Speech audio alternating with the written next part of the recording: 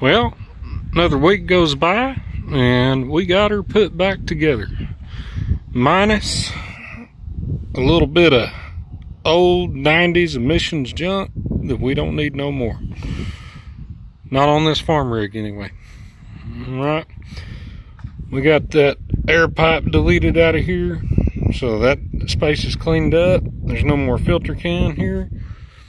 We got our custom ghetto welded plugs running all the way to the back. You can see we replaced that valve cover gasket while we was in there. We got us some custom stick out of the yard plugs for these vacuum lines we're not using anymore. We did replace the intake half piece gasket that, you know, you take this top upper intake manifold off. We replaced that gasket while we were in there. We got our custom fuel line fix, you know, weed eater fuel line vacuum hose fixes going on. We did a lot here.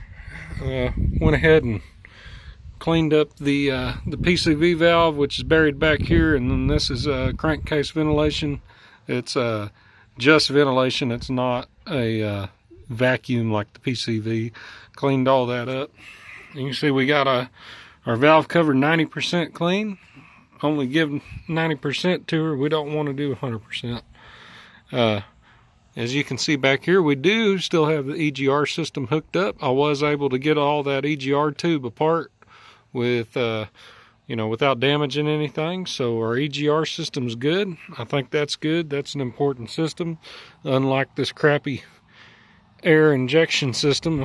I'll show you those parts here closer in a minute. Now, this thing here with this PVC cap on it is the old air pump for the secondary air injection, and we split the case on this pump. You know, we pulled it out, of course, split the case on the pump, took the vanes out, greased all the bearings, and installed it back in with all the hoses disconnected. I just heated up the ends on it with a torch for these air lines.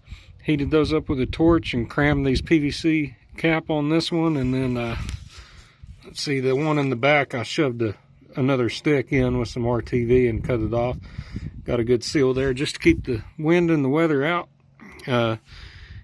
because this pump's not doing anything anymore. What this is doing is giving us an idler pulley basically, so we don't have to change our belt size or anything like that. I did check some of the accessories while we had the belt off. This alternator's got a little grinding sound to it, so we're probably going to replace that alternator.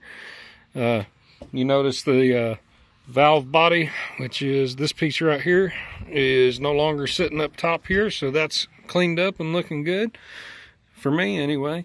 I also found out this idler on the belt tensioner bearings are going in it, so that's our what our squeak when the truck's running is. So we're going to have to replace the tensioner and the alternator down the road. And also I saw that the power steering was leaking from this high pressure supply line. I took this apart and put an O-ring in the outer piece, but the inner, where the nut spins on the hose, is leaking. This hose is actually on clearance right now on Rock Auto for $7, so we're going to replace that. What I got here that we took off the truck, all this is deleted, gone. Get all these hoses out of the way, got that diverter valve assembly out of the way, the rake, and then for where it injects in front of the cat, we just cut the hose, popped it off, and then I put some heat shrink tubing around the backflow valve. It's got a backflow preventer, so no exhaust gas should be coming out. And we're good to go. We'll talk to you later.